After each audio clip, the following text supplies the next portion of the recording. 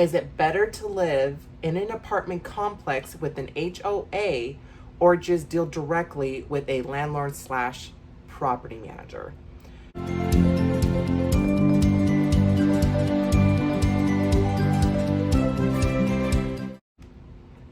Hi everybody, it's me, Lady Burke, and I am back. Before we continue, please remember to subscribe and click like for more content. Today I wanted to do a very short video. I got a question on one of my videos. The person is Sapphire Phoenix, and his question is it better to live in an apartment complex with an HOA or just deal directly with a landlord slash property manager? So let's get started. So first of all, Sapphire Phoenix, thank you so much for your question. I really appreciate it. I think that's an excellent question. There are some pros and cons with either scenario, but in relation to HOAs, let's start with the benefits of living in an HOA. The very first one that comes to mind, and I did do some research on this, is that HOAs do keep property values high. They do. You may not be able to control every aspect of how your house looks with an HOA, and please remember that every HOA is not created equal. Some have really, really strict rules as to what color paint and all that stuff that you can use, some not so strict. But the whole point is to keep the property value high. And so they do manage things like landscaping, decorations, even vehicle parking, which is really good because you don't want to live in an area where the parking isn't regulated. We've all been there and done that. People just take your parking spot. There's really not much you can do. Or your neighbors, like you could have a really nice home and you maintain your home, but your neighbor's landscaping and yard is awful. They could have like 10 cars in the yard that they're working on, and it just brings down the overall property value of your own home. So that's the first positive of an HOA, and they're really good at that. The second good thing about an HOA is they usually have a lot of community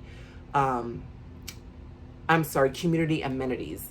Okay, usually that could be a clubhouse. They have community pools, tennis courts. Some of them have playgrounds for kids. Some of them have recreational parks. The HOA community that my husband and I live in, they actually have like a water park for kids because we're up here in the high desert. And so we actually have a water park. There's even a dog park.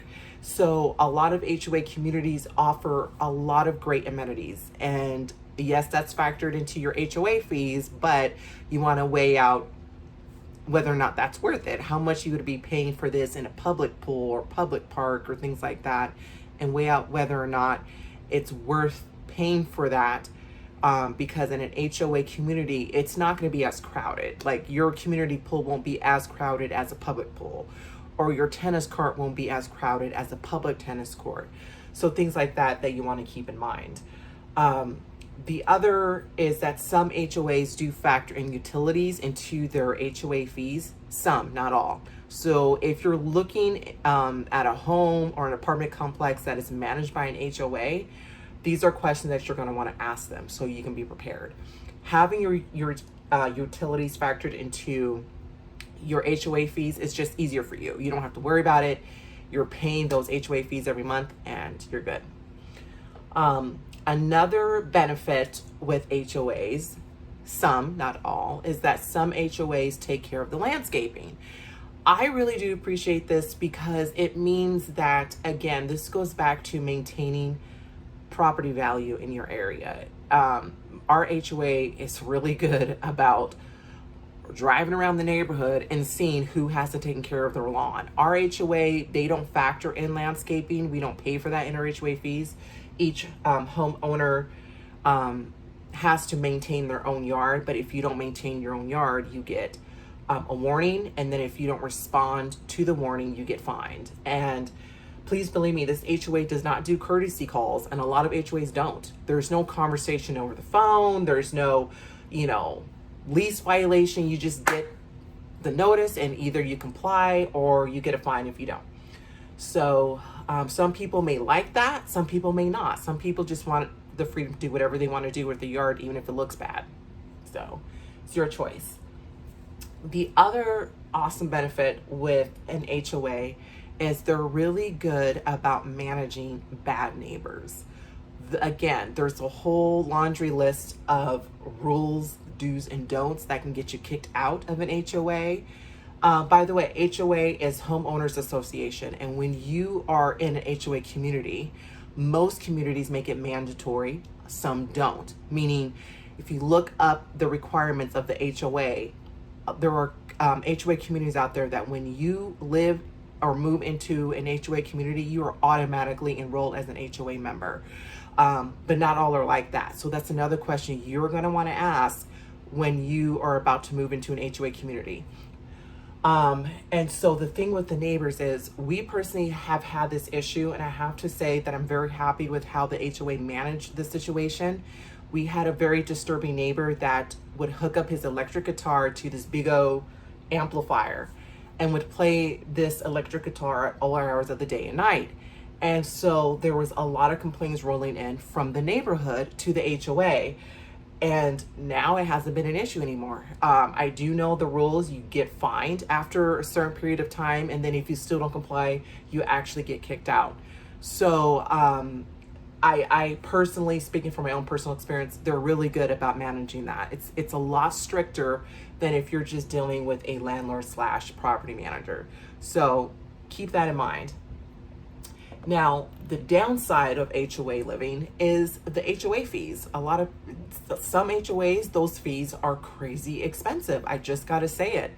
And so if you're going to be paying a lot of money, you're going to want to ask, what is this money that I'm paying? What am I getting? And factor in, and that's when you call, you ask everything. What are the amenities? Does this include landscaping? Does it include utilities? These are questions you're going to want to ask to kind of figure out whether or not it's worth it.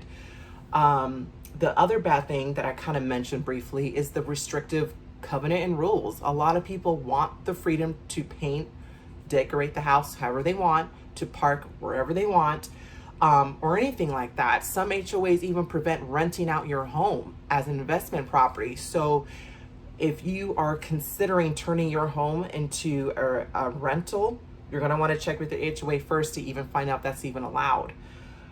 The other is the HOA does have the authority and the power to put a lien against your house if you do not pay your HOA fees. So keep that in mind. This is not like regular housing where if you don't pay your rent, there's nothing you can do because we're in the middle of a pandemic. If you don't pay your HOA fees, they'll put a lien against your house, which will make it even harder to sell. So keep that in mind. And the last thing is there is a chance, just like with anything else, of poor management. When HOA board members, the wrong board members, incompetent board members, are voted in, you do have the potential of poor management, which is why, believe it or not, a lot of HOAs have a property management company overseeing everything to ensure duties and responsibilities are done and carried out properly. So for me, one of the things that I've enjoyed about living in an HOA community is there also is a security factor, meaning that could be one of the things that you're paying for in your HOA fees. Our HOA actually has security that roams the entire community. And for us, that has given us a lot of peace of mind and makes me feel better too. And they're good at that. Like I said, they just roam the community all days, all hours of the day and night. So that's one thing that for me, it's worth, that alone is worth paying the HOA fees for, is the security aspect of it. So with that said, my suggestion to anyone that is thinking about moving into an HOA community is do your research on the community, ask all these questions as to what is included in their fees, and decide for yourself whether or not it would be the best fit for you. So I really thank Sapphire Phoenix for that question. I would like to remind everyone that I do accept questions. If you have an idea of or a question that you want me to discuss in my next video, I ask that you please leave it in the comments below, or you can reach out to me via email as well. Thank you so much, and remember to subscribe and click like.